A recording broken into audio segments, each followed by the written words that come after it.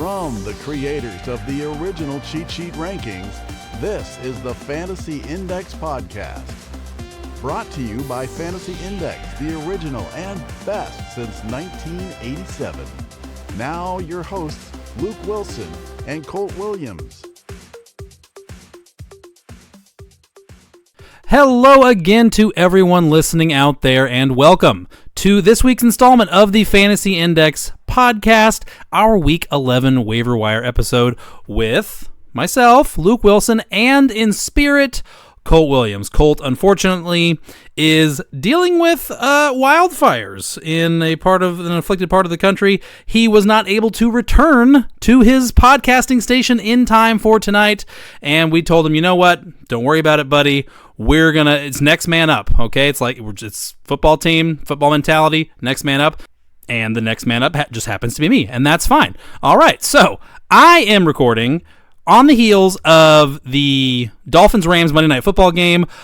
The textbook definition, I would say, of a war of attrition between two formerly great offenses at times in recent years that it just feels like, like a V8. They're both V8 engines with the transmission out is really how it feels watching both these offenses play most of the time right now. The Dolphins kept the Rams out of the end zone entirely. 23-15 was the final. Dolphins only managed 2 touchdowns themselves, but yeah, the Rams 5 field goals, and it's the red zone struggles that plagued the Rams in kind of the first half of the 2023 season, especially through the air, are back in full force for the 2024 edition of this passing game. Stafford has 9 passing touchdowns through 9 games, and 4 of them were in a blow-up spot against the Vikings a couple weeks ago. So the Rams just cannot get the ball in the end zone through the air at all right now. And yeah, the Dolphins defense played them tough. They were nails tonight. Dolphins defense has been tough for pretty much every passing game that has had to deal with them, and for the Rams, it was no exception tonight. For the Dolphins, now, obviously the AFC East is over. The Bills are 5 games up on the second place team, which is now the 3-6 Dolphins after tonight. For the Dolphins, this win does just barely keep their playoff hopes on life support after either the Ravens or the Steelers, which we'll get to that here in a minute. Whichever of those teams doesn't win the division, that's a wild card team for sure. And then it sure looks like the Chargers are tracking for one of the other wild card spots. After that, it's still kind of open casting call. The Broncos at 5-5 are in the driver's seat right now. They control their own destiny. But the Colts are still lurking around. The Bengals are still on the fringes here. They're not out of it. And now the Dolphins, they're a game and a half back of the Broncos. So that's a lot of ground to make up for a team that hasn't been real good, obviously, if you got sitting at 3 wins here past halfway point in the season. But they're alive. They're not completely out of it. As for the Rams, this just got a lot tougher. They're looking to make it 4 wins in a row. Doesn't happen tonight. And really, the path to the playoffs for them at this point is really starting to look like NFC West division champions or bust. The Eagles-Commanders play Thursday night, kind of like with the AFC North. The loser of the NFC East, whether it's the Commanders, whether it's the Eagles, that team is probably going to have a wild card spot. And then the NFC North with the Lions sitting at 8-1, the Vikings at 7-2, and the Packers at 6-3, they could take up the other 2 wildcard spots. So yeah, for the Rams, there's a good chance they're going to have to catch these feisty Cardinals from behind, whom they are a game and a half behind. And really, it's 2 games because the Cardinals blew them out earlier in the season. Speak of the devil. Speaking of those Arizona Cardinals, are we not at the point? I wish Cole was here. I could ask him. Are we at the point where we have to start to take these Arizona Cardinals more seriously? Because early in the season, after they go up 17-0, I think it was, on the road against the Bills, come storming out of the gates, they sputtered more often than not over the next few weeks. They give away a game against the Lions. Yeah, sure, they blow out the Rams early on, but they let several games get away from them. And now, all of a sudden, mid-season, they really they're getting their feet under them. They played the Chargers tough at home a few weeks ago, hung on to win that game, went to Miami, got a 1-point victory on the road in Miami, and now 2 big blowouts against the Bears and the Jets consecutively. And if you look at this team's schedule, things are kind of laying up real nice for the Cardinals to maybe put this division away if they can keep the good times rolling in Glendale. They've got They're 2-0 in the division already. They want the Rams. They stole one from the Niners in San Francisco. That was a huge one. And now they've got the Seahawks in 2 of their next 3 games and the Vikings in the other one. If you have to play those teams, I mean, the Seahawks started 3-0. They were hot. The Vikings came out white hot. Now as the Cardinals, you're kind of catching both of those teams after they've given the league kind of their best punches, it seems like, possibly. The Vikings, it took everything they had to beat the Jaguars by 5 yesterday. Sam Darnold throws 3 picks. I mean, they almost gave they did everything they could to give that game away. And the Seahawks, yeah, they've lost 5 out of 7, and they're searching for answers big time. So the Cardinals can potentially put the Seahawks lights out with a convincing win next week. And yeah, the way things are tracking, like they can knock the Rams out in week 17, and then the week after that, they're at home for the Niners. That sets up to potentially be a game to decide the NFC West. So these Cardinals, it hasn't always been pretty. They're kind of like the Detroit Lions, who we'll talk about here in a little bit. They're finding ways to win, and that's the hallmark of a playoff team, of a Mahomesian team. I mean, Kyler Murray's no Mahomes, of course, but the ways that they were losing games for years under Cliff Kingsbury, they are suddenly starting to win those games. So yeah, cause for legit optimism, obviously, for the Cardinals going into the backstretch of this season. Okay, for the Steelers. Thrilling last-second win against the very good, out of nowhere, Washington Commanders. The Commanders had outscored them in the middle part of that game, I think 27-14, after the Steelers got a touchdown on their opening drive. Commanders kind of controlled that game for the middle 50 minutes of the game, but late, 2.5 minutes left, I believe, Russell Wilson just throws one of his, trademark signature Russell Wilson moonball, front pylon end zone shots, and Mike Williams, first catch as a Steeler, baby, just runs under it perfectly for a basket catch, touchdown, falling into the end zone. That tied the game. The extra point put them up, and then the Steelers defense hangs on the road, setting up a huge game. Man, we have 2 great games. I mean, there's more than 2 great games, but there's 2 really good games in week 11. Unfortunately, neither are in prime time. Whoops, NFL. But the Steelers are hosting the Ravens to decide first place in the AFC North. And then, of course, Chiefs-Bills. That's the one that everyone has been bombarded with. If you have access to a television, you know that the Chiefs are playing the Bills next week in Buffalo. That's a huge one, obviously. I mean, for me, like the Chiefs and the Bills, I mean, whatever. The Bills want that game. Obviously, they've got little brother syndrome big time. But are they sweating it if they lose that game? I don't think so. I think they think there's a good chance we're playing the Chiefs in the playoffs.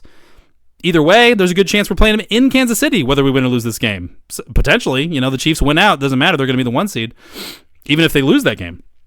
So for the Bills, it's like, okay, let's feel this version of the Chiefs out. But the actual outcome, its significance, maybe a little overblown. Steelers-Ravens is a for real rivalry. Those teams have swapped a lot of paint over the last 25 years. So yeah, personally, I'm more excited for Steelers-Ravens. Honestly, I think that's going to be a fantastic game.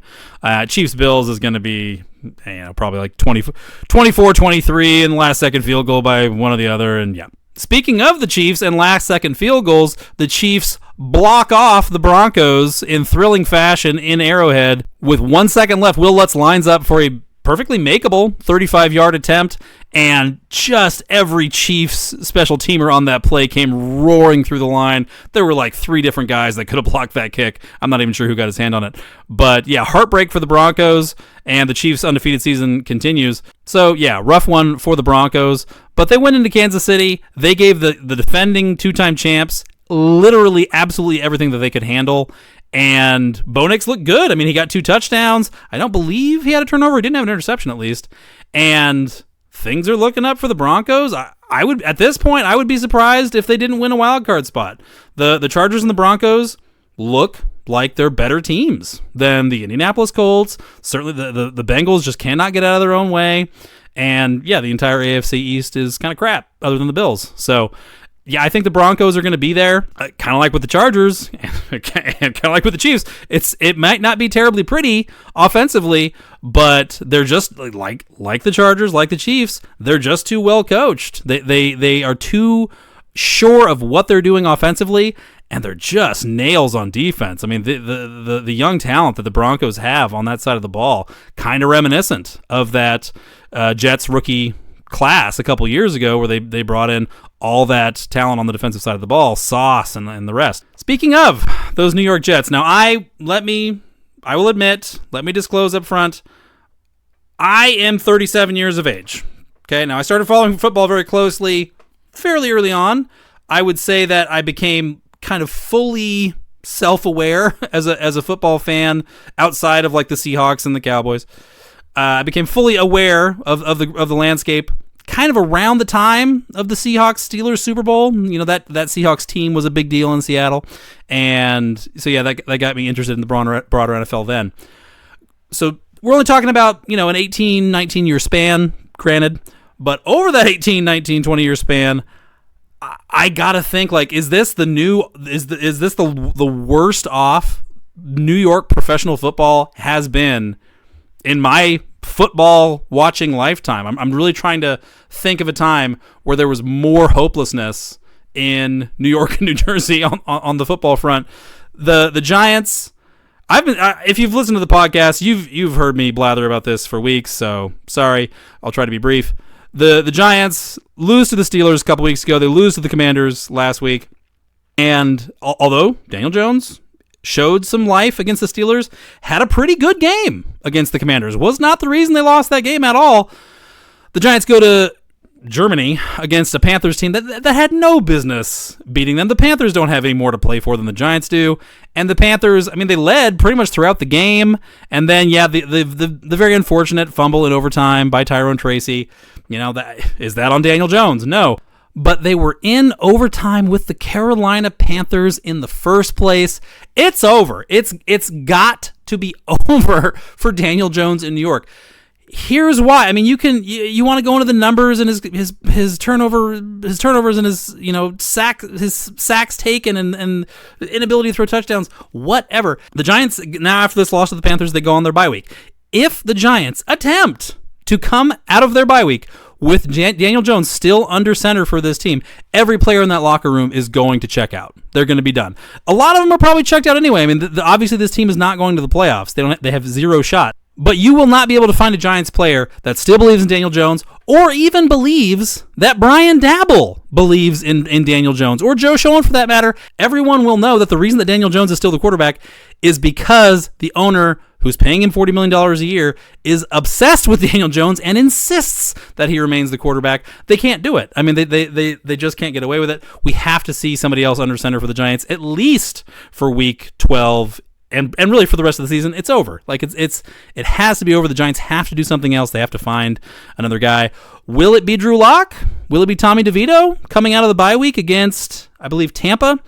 I don't know. I really don't. That's a toss-up. Maybe we have an impromptu quarterback competition here in the Giants bye week. It cannot be Daniel Jones. They just can't do it. And as for the Jets, yes, obviously they catch the Arizona Cardinals, who are red hot and trying to make a surprise run to win this division, granted.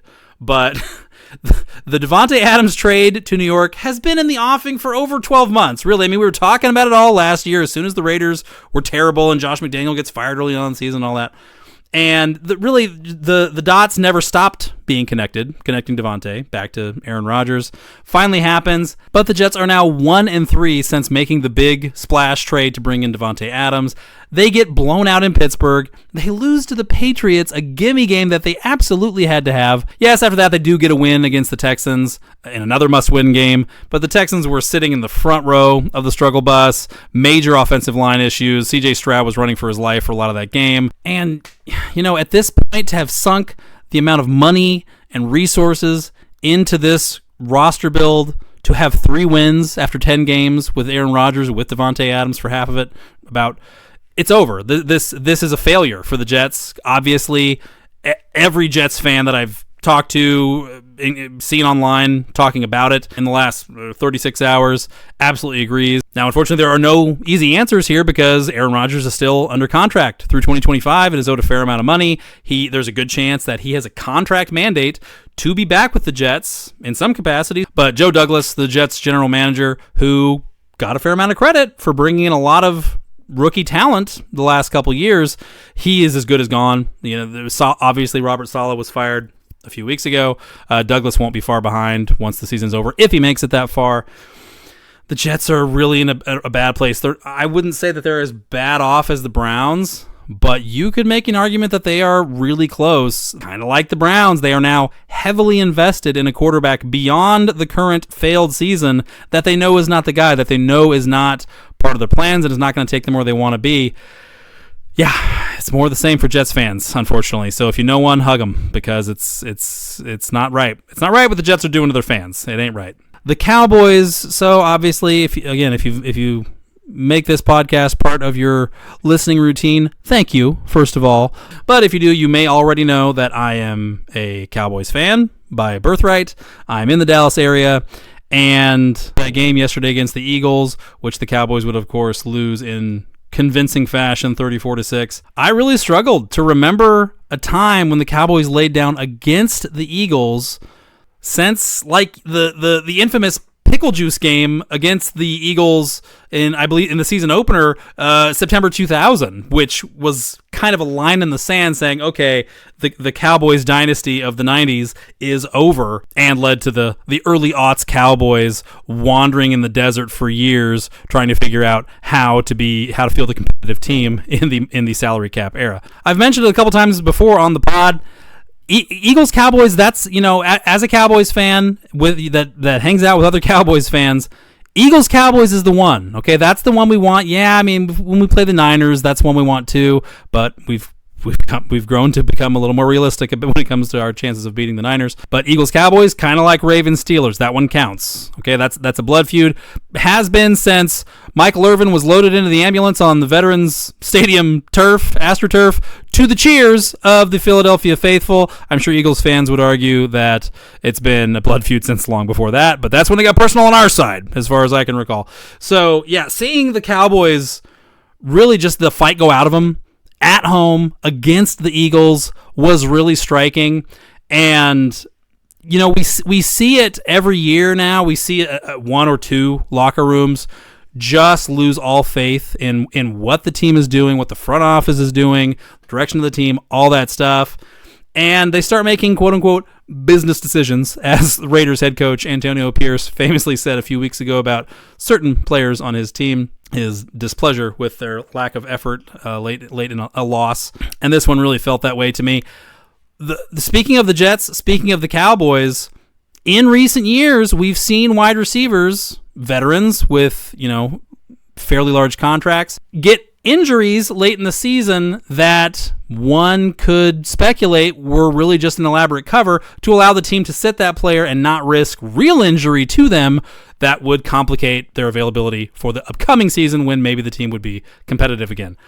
I'm not saying that's necessarily going to happen to CeeDee Lamb or to Davante Adams, but it bears considering, especially with Davante Adams, where we have no idea what the 2025 Jets are going to look like, who the general manager is going to be. It ain't going to be the current guy. If you own Davante Adams in a league where they have a very late trade deadline or no trade deadline, I might start to incorporate that into my calculus on how I value Davante Adams in trade. If you cannot afford for him to just all of a sudden sit down for the last 5, 6, 7 weeks of the season with a mysterious injury, which he already did once this season, keep in mind, once he decided he was not going to be a Raider anymore, he did it once just recently. I would start to think about, like, can I take that goose egg, kind of like with Keenan Allen last year with the Chargers, DeAndre Hopkins with the Cardinals the year before that.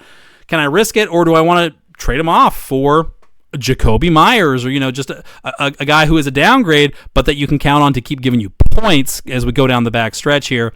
Because things are looking real bleak for the Jets, and nothing's off the table here. All right, enough now with the doom and gloom. Prior to tonight's Monday Night Showdown between the Dolphins and Rams, we got, I think, one of the best games of the year, certainly that I've watched start to finish, in the Lions going to Houston. And yes, it had plenty of ugliness. I think 7 or 8 combined interceptions, 5 of which were Jared Goff's. There were at least 7. So plenty of ugly football, don't get me wrong. But the Lions, who were down 23-7 in the second half and Jared Goff had just thrown another interception into the Texans' end zone. I mean, you're down 16 on the road against a good team. You're a 6-3 team, and the Texans, who are struggling, that's supposed to be a nail in the coffin. I mean, the Texans, they came out and they played the Lions. They gave them their best punch. They played them as absolutely as tough as they possibly could. The defense was flying to the ball. The Texans defense showed up in a huge way, made a ton of plays. 5 interceptions. It did not matter. In the end, the Lions they insisted, no, sorry, Houston, we see you. We respect your game, but we are a team on a mission here. We are going places this year, and you're going to have to take this L. Sorry. And they just gently, respectfully, Jake Bates, 2 58-yarders at the end to Captain Clutch, this year's Brandon Aubrey. He was huge for the Michigan UFL team earlier in the year. The Lions, I mean, to me, they were already kind of tracking as having the inside track. Given the 49ers issues this year, given the inconsistency of the Eagles, they already kind of had a claim to be the number one contender out of the NFC. This cemented it. They go on the road. They're down for most of this game. They can't catch a break for multiple quarters, and it just doesn't matter. They just find a way to win. They just were not going to be denied. Possible sign of a champion. We'll find out in a couple months. All right, so I am going to take it this time into our waiver wire rundown going into week 11 here in just a moment. But before I do, had some questions rattling around in the Fantasy Index Discord chat earlier, and I put out a few that I thought, could be interesting to talk about on the show, so I'm just going to run through those real quick. One of our main guys in the Fantasy Index chat, Sweet Lou, asks, he's actually got another grab bag for us. First off, and keep in mind, Lou is a big Texans fan. Is John Mechie, the Texans wide receiver, a solid waiver wire ad this week? Solid is a relative term, isn't it, folks? Isn't it, Lou? So in like a 10-team league where you start 8 players, that's not really necessary. I mean, yeah, Mechie had a nice game. I think he had 5 or 6 catches for like 74 yards and a touchdown against the Lions, which, hey, that's lovely. Nico Collins almost went in this game. Was he really not that close, and the Texans were playing kind of a shell game on the Lions, some strategery? Possible, but Nico's going to be back at some point. Tank Dell still has a real role here. I'm not really sure that John Mechie has even put Xavier Hutchinson, second-year receiver for the Texans, away for that number 3 role. So, yeah, but in like a dynasty league, we were talking about that a little bit in the chat earlier. In a deeper dynasty league, and we have some very deep dynasty leagues in the FI community in there. Sure, I mean, yeah, there's a lot of ways that this Texans depth chart roster could break in the spring. Stephon Diggs, obviously, is going to be a free agent. With the ACL tear, does he maybe take a team-friendly deal and come back to Houston and kind of rehab his value? It's possible. Wouldn't bet on it, but it's in the range of possibilities now. But, yeah, I mean, there's a possibility. There's a scenario where John Mechie has something of a role going into 2025, but it's long odds, and over the next few weeks, can you really safely start him? I don't think I could. Is it time to sell Brees in redraft? Hoo boy, that's a heavy one. Yeah, maybe. Honestly, I mean, obviously, it depends on what you can bring back for him, of course. Oh, man. I go back and forth because, on the one hand, yeah, the Jets are a sinking ship, and who knows who gets off this boat alive. But the Jets were terrible last year, and Brees Hall thrived in those conditions.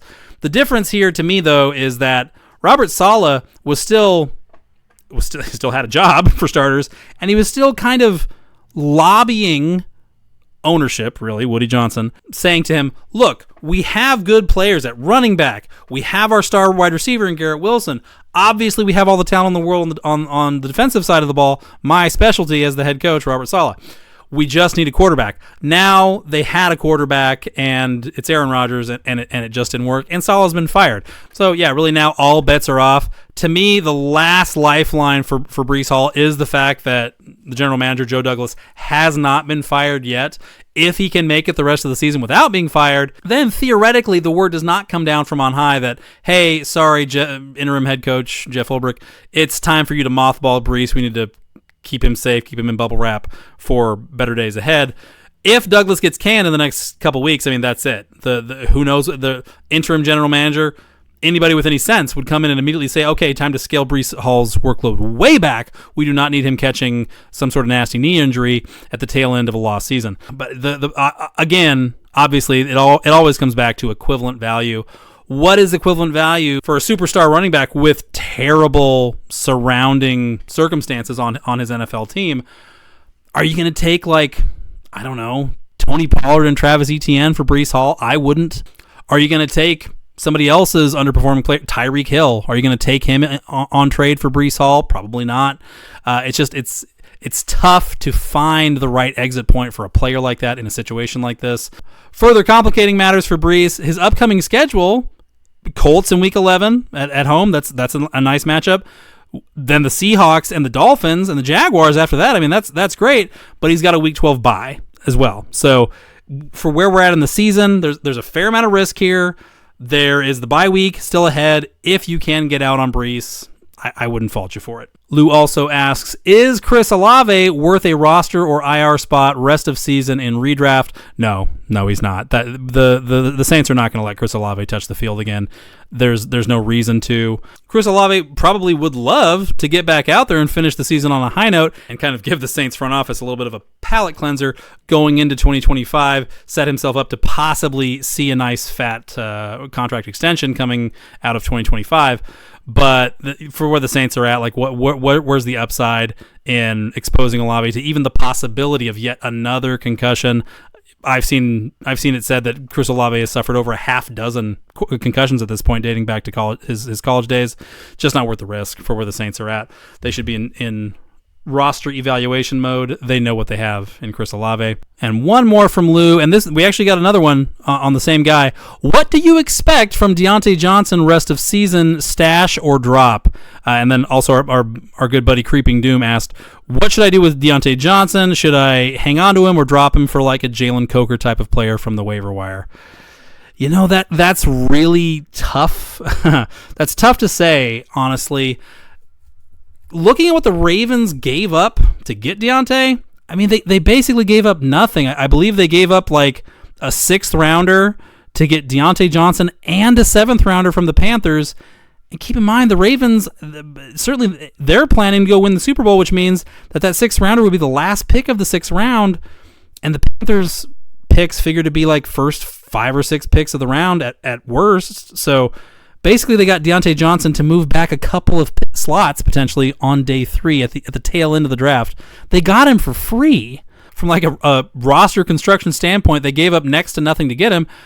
So how much do they really value him beyond being like capable depth in case something does happen to Zay Flowers, who was just banged up a couple weeks ago? Something does happen to Rashad Bateman, who has a lengthy injury history of his own. Yeah, you want depth at that position for sure with how great Lamar's been since Todd Monken took over last year. But it's been shocking to see how little he's been used in the first couple weeks. Does he need to get acclimated to Todd Monken's scheme? Yeah, perhaps. But Deontay's already doesn't seem terribly happy that he's barely seeing the field since arriving in Baltimore. You know, are you going to cut him for Jalen Coker, for example? God, that's tough. Yeah, right now I probably would. You know, why not? Maybe Coker comes out and catches 6, 7, 8 balls a week the rest of the way. It's possible. The Ravens, with how they're using Deontay right now, it's not possible. Harbaugh did say that he expects Deontay's usage to expand going forward and starting in Week 11.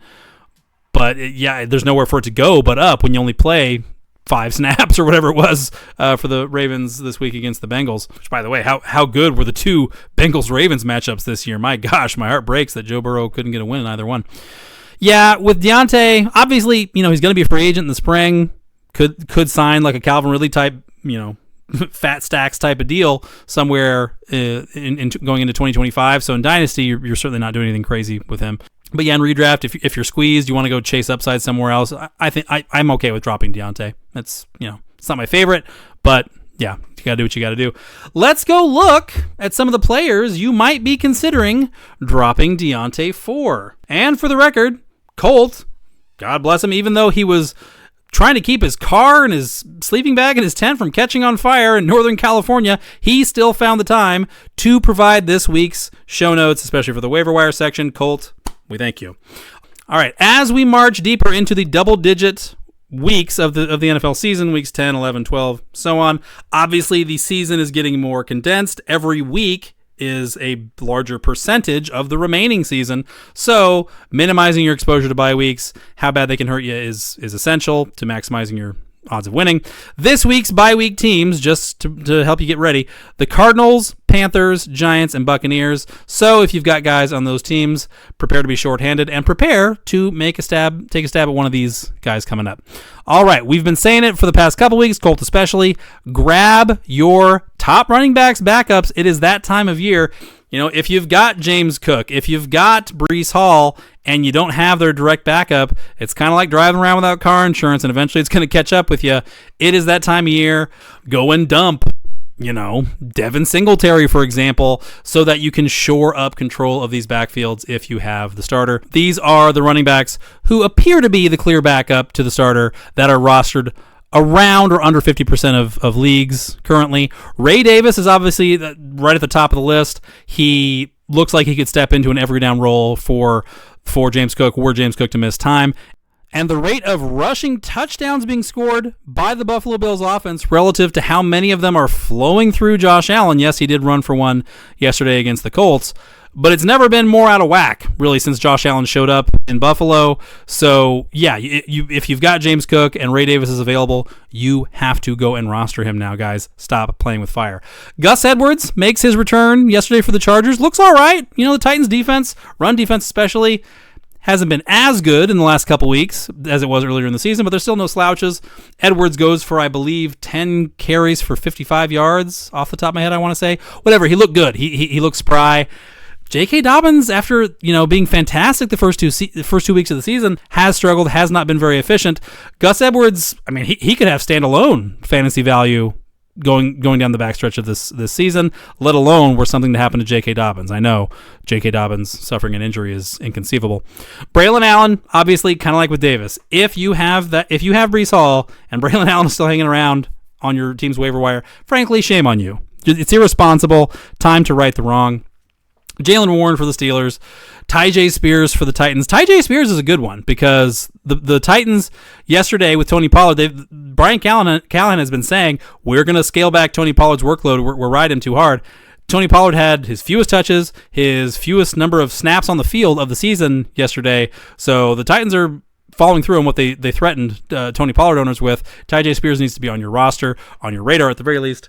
Tyler Algier should have been a better play yesterday. I thought he would steal Bijan Robinson's touchdowns because that's kind of his whole thing, and I thought the Falcons would kill the Saints. Neither of those things happened, obviously. But yeah, carrying Tyler Algier insurance as the Bijan Robinson owner at this point of the season is a must. Quit farting around. Colt wrote here, Cam Akers, ? This one I pushed back on, and I know he just put it in there because he's trying to help out. But if something actually were to happen to Aaron Jones, I think the Vikings backfield just goes to a split between Akers and Chandler, possibly with Chandler eating a little bit ahead of him. So, but yeah, if you own Jones and somebody, probably the scenario here is you own Jones, somebody else in your league grabbed Ty Chandler and has kind of been holding him hostage all season, go grab Cam Akers. Up your odds here of being able to survive an Aaron Jones injury. Trey Benson, I think Colt wrote kind of in parentheses. Yeah, Trey Benson kinda, right? I mean, the Cardinals are putting it together here, and like I said, their schedule sets it very nice. They also have the Panthers after a sequence of winnable games here against the Vikings and Seahawks. I think they might play the Patriots as well. They've got some potential gimmies coming down the back nine. So, yeah, I mean, this is a run game that if you can get pieces of it for cheap. I grabbed Troy Benson in a league last week. So, and as you might remember, I was more a fan of Amari DeMercado and remain so. So, yeah, Benson, sure, why not? Blake Corum, yeah, I mean, sure. If something were to happen to Kyron, my theory is that the offense fundamentally would change as opposed to Blake Corum just one-to-one whole cloth stepping into the Kyron role. But certainly, yeah, if you have Kyron and Blake Corum is hanging around on your league's waiver wire, you are being negligent if you don't go grab him immediately. Certainly the running back pickup of the week is going to be Audric Estime, rightfully so. He gets 14 carries. Javonte Williams and Jaleel McLaughlin against the Chiefs yesterday combined for 3 carries. So it is certainly looking like a changing of the guard in the backfield for the Broncos going forward. Dump the fab, obviously. If you've got top waiver priority and you need a running back, burn it. The Broncos are quite possibly going to keep winning, and they're probably not going to throw a ton. So what does that tell you? I mean, the running back, this is a valuable backfield to have pieces of, and Estime is suddenly the biggest piece. So yeah, go throw the fab if you need a body for this week or going toward the playoffs. All right, so for wide receiver on the waiver wire in leagues this week, obviously the darling of the week has to be Marquez Valdes-Scantling, who emerges. I mean, I thought that was it. When Marquez Valdes-Scantling washes out with the Bills a few weeks ago, I figured, okay, well, that's it. I mean, he's going to go have a tour of duty for the Birmingham Stallions in the UFL, and then that's the last we're going to hear of him. Not yet. It might yet happen, but not yet. The hilariously yesterday for the New Orleans Saints, in a game that they won against the Falcons against all odds, Saints wide receivers caught three bad passes all day. All 3 of them were by MVS. He goes 3 for 109 yards and 2 touchdowns in the Saints' miraculous upset of the Falcons. In interim head coach Rizzi's debut for the Saints, they showed some fight. I mean, the fight is not completely out of this team. They just wanted Dennis Allen gone, and now he is. So they're feisty. Is MVS going to do this again? Should you go grab him in your league? No. That's a big no for me. That's very, very unlikely to happen. The Falcons' secondary is just that bad, just that burnable. Lightning is very unlikely to strike twice here, so I would not spend much money on this. Adonai Mitchell, the Colts' exciting size, speed freak, rookie wide receiver out of University of Texas. He perks up for 6 for 71 against the Bills secondary. That's pretty good. He's 17% rostered in leagues. MVS is at 2%, by the way. And Alec Pierce, 16%, goes 4 catches for 81 yards and a touchdown. I mean, I don't know. Sure, I mean, if you need a wide receiver with some upside, obviously these guys are available in a lot of leagues. Anthony Richardson is safely out of frame now. The Colts are still in the hunt. They're 4-6. They're a game back of the Broncos. I don't know if they actually play the Broncos. Let's find out here together real quick. They do. In Week 15, they go to Denver to try and wrestle away, potentially, a wild card spot from the Broncos on the road. So, yeah, the Colts are still kicking here. And now the upcoming schedule's not great. They do get the Jets next week, and the Jets could be deep in their feels, deep in crisis mode, and the Colts could dog walk them. That's possible. And then against the Lions at home, I mean, they're probably going to lose that game, but the Lions are not afraid to give up a few big plays, and Alec Pierce is a big play machine.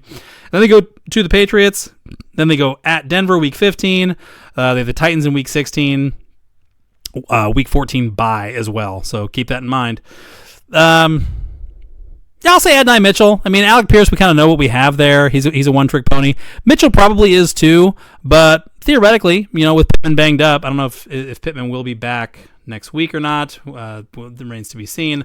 But there's a possibility that the Colts need somebody to step up, and I'll roll the dice on that guy being Mitchell over Pierce, personally. Ricky Pearsall has his coming out party against the Bucs on the road yesterday. 4 catches for 73 yards and a touchdown.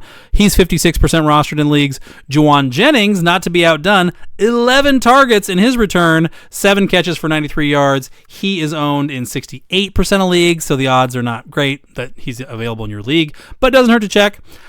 I'm going Jennings here.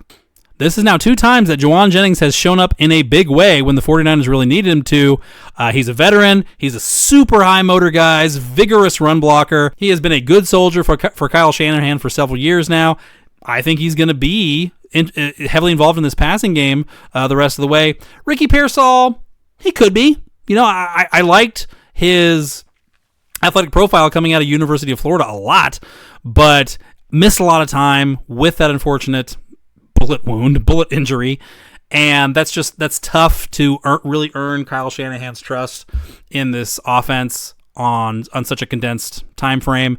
So I would let somebody else chase Pearsall if by some luck Jennings was on the waiver wire in my league. And then the aforementioned John Mechie, 3% owned, 5 for 74 and a touchdown. I'm gonna let that lie. If I can go get any of these other guys, I'm probably going to go with them instead, including Rashad Bateman, my boy. Colt, you're a mensch to include Bateman on this list. I know that probably pained you.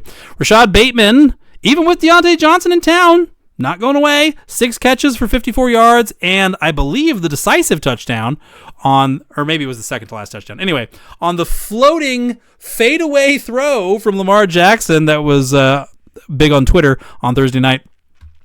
Bateman's been good. I mean, he hasn't been lighting the world on fire, sure, but he's on pace for like 800 yards and 7 touchdowns. Perfectly good. Yeah, I like Bateman. Unfortunately, the schedule's not great. He goes to Pittsburgh this week, as mentioned earlier, has Pittsburgh again a few weeks later. Very tough Chargers secondary in week 12.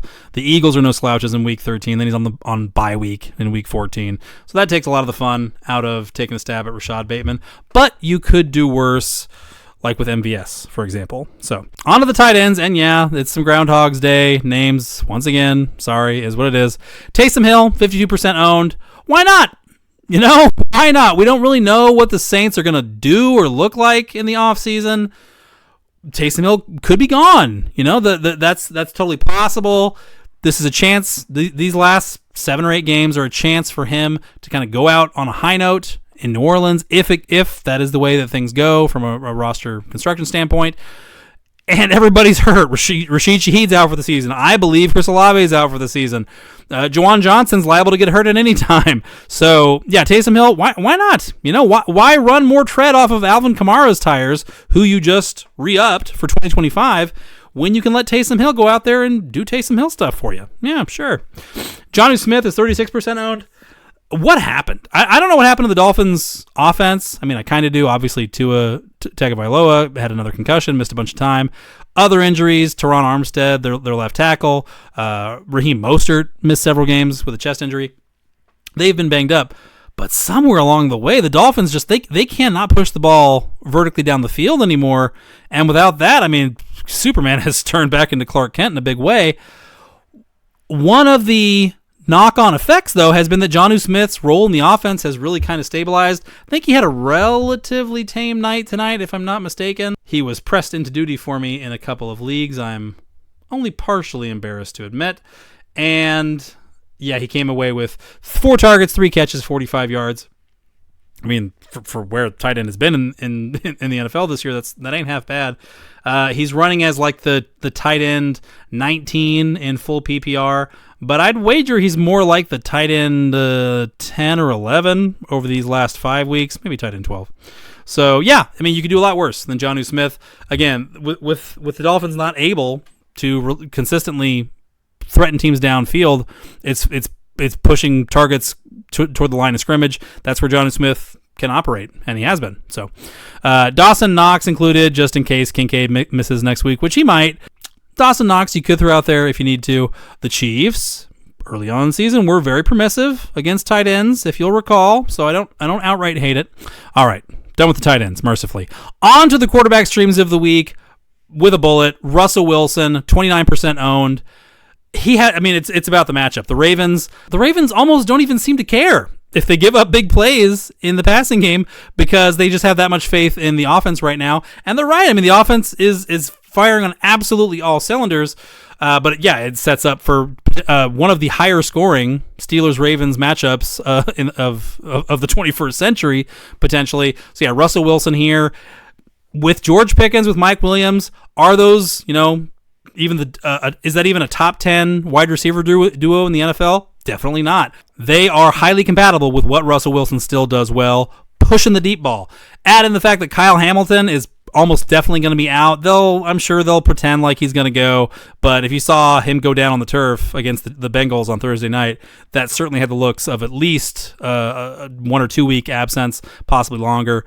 It sets up, I'm smashing the over on this game, and Russell Wilson should do quite well. Bo Nix, 44% rostered. If Bo Nix can have a QB 12 day on the week against the Chiefs on the road, he's not even a streamer anymore. I mean, this guy is QB9 for the season, period. So I can't believe he's still only owned in 44% of leagues. I'm sure that dip was because a lot of teams saw who the matchup was and dropped him. But looking at his schedule, he's got the Falcons at home this week, smash spot. goes to the Raiders week 12. Love it. Week 13 against the Browns. I'm not scared of that one bit. The Colts week 15.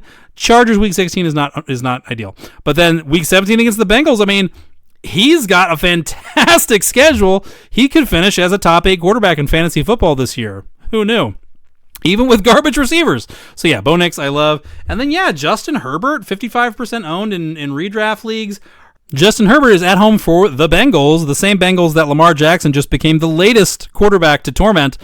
It's a nice spot, especially with the Chargers running game starting to sputter a little bit in recent weeks.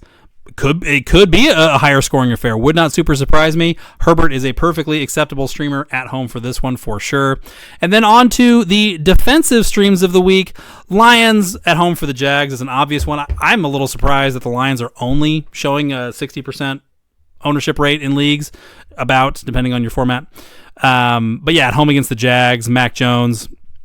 Jags could only get 7 points against the Vikings in Mac Jones' first start. Probably not going to get a lot better. Yes, the Lions are short Aiden Hutchinson. That's unfortunate.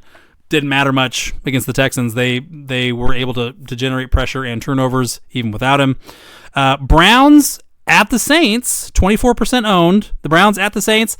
I'm a little more squeamish about this one. This is one that Colt liked. I don't dislike it. Obviously, the Browns have all the talent in the world on the defensive side of the ball.